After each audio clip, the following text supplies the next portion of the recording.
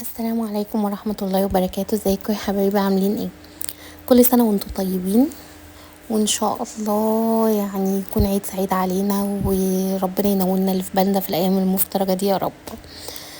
النهاردة ان شاء الله اول فيديو ده انا كنت عاملاه امبارح لما كنت صايمة. قلت الواحد صايم كده عايز بقى شوية مكرونة كده، مكرونة الدمياطي العزيزية. قلت يعني انا الدمياطية بقى يعني لازم اعمل لكم المكرونة بلبن.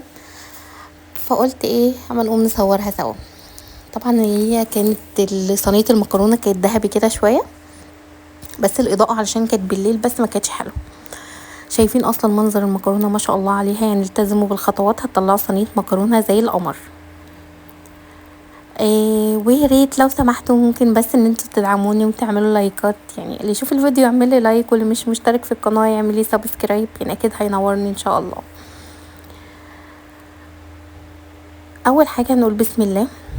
هقول لكم المكونات وهكتبها في صندوق الوصف ان شاء الله. اول حاجه في ميه مغليه بتغلي ما فيهاش اي اضافات، لا ملح ولا زيت. هضيف حوالي 120 جرام مكرونه سباكيتي اللي هي قبضه ايد كده. تمام.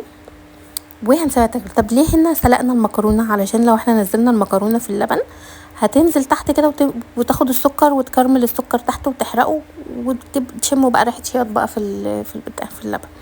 عندنا هنا اللبن 9 كوبايات لبن. المقادير دي الصينيه 30. 9 كوبايات لبن هننزل عليهم بكوبايه ونص سكر. تمام. المقدار ده مظبوط، يعني السكر بتاعها مظبوط زي العزيزيه اللي بتشتريها من بره بالظبط، لكن لو انت حابه اقل قللي شويه مش مشكله. هنا اللبن ده كان لسه متغلاش ولا اي حاجه، نزلت فيه السكر واديته تقليبه كده، وبعد كده هنزل بالمكرونه. طبعا المكرونه مسلوقه ومتصفيه وتمام التمام.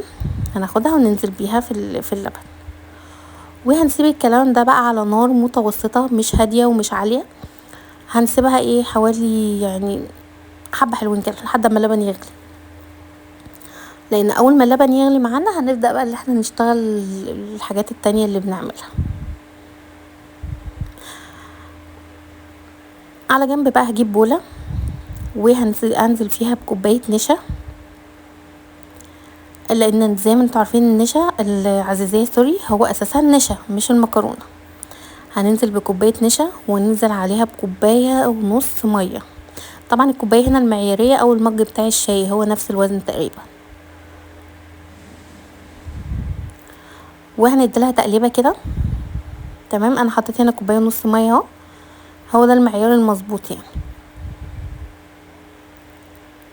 وهديلها تقليبه بس واركنها على جنب لحد اما المكرونه تدخل في السوا، واللي هي اوريدي المكرونه اساسا مستويه، لحد بس اما اللبن يعمل يغلي. حاولوا ان انتوا تقلبوا النشا بمعلقه اسهل، لان بالمضرب السلك ما كانش تمام معاها يعني.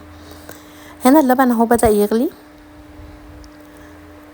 هديلها تقليبه كده، وهدي النار شويه على المكرونه برضو عشان ايه تدخل في السوا اكتر.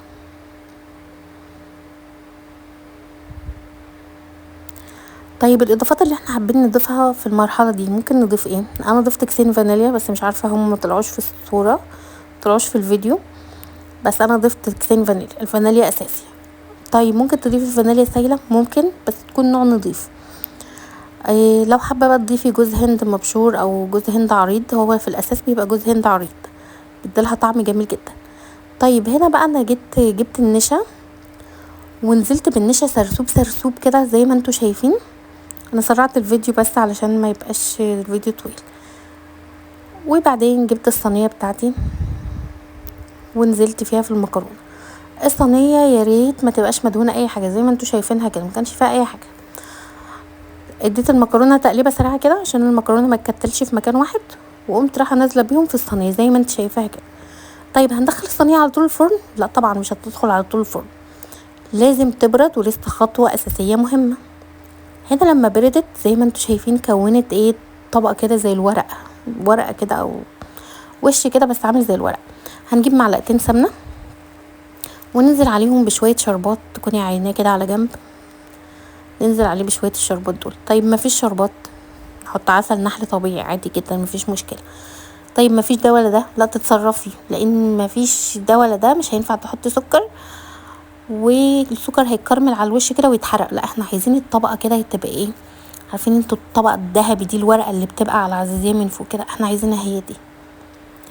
ادينا تقليبه بقى للسمنه مع العسل، وننزل بيها على وش الصينيه وندهنها في جميع الاتجاهات.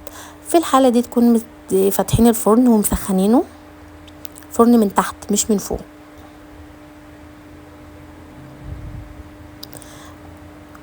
وبعدين تدخلوا الصينيه فيه، هي تفضل تغلي مع نفسها كده والوش هيبقى تمام. يعني لو كنا دخلنا الوش المكرونه قبل، كانت المكرونه تقعد تغلي في بعض ولا هيبقى لها وش ولا هيبقى لها اي حاجه، انما هي كده لا تمام.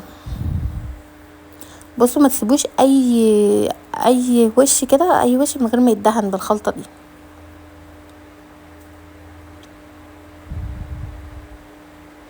انا مش قادره اقول لكم بقى على ريحتها، يعني ريحتها كانت جميله قوي، يعني كنت تحسي كده ان انت قاعده في محل حلواني.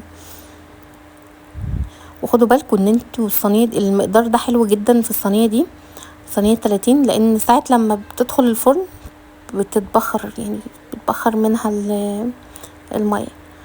ما شاء الله هنا طلعت، شايفينها ما شاء الله ما شاء الله عليها بجد حلوه قوي. شايفين وشها لامع ازاي وقد ايه جميل. وانا مش قادره اوصف لكم الطعم، لا انتوا جربوا بقى وبقولوا رايكم في الكومنتات. هي هنا دافيه شويه فكانت القطعه مش طالعه قوي، بس انا بصراحه ما قدرتش اصبر، انا كنت صايمه وكنت محتاجه اي حاجه مسكره. ما شاء الله ما شاء الله عليها حلوه قوي، ولو جربتوها تعجبكم جدا جدا جدا. ما تنسوش تعملوا لي لايك وشير وسبسكرايب، ويا ريت تشجعوني وقولوا رايكم في الكومنتات. مع السلامه.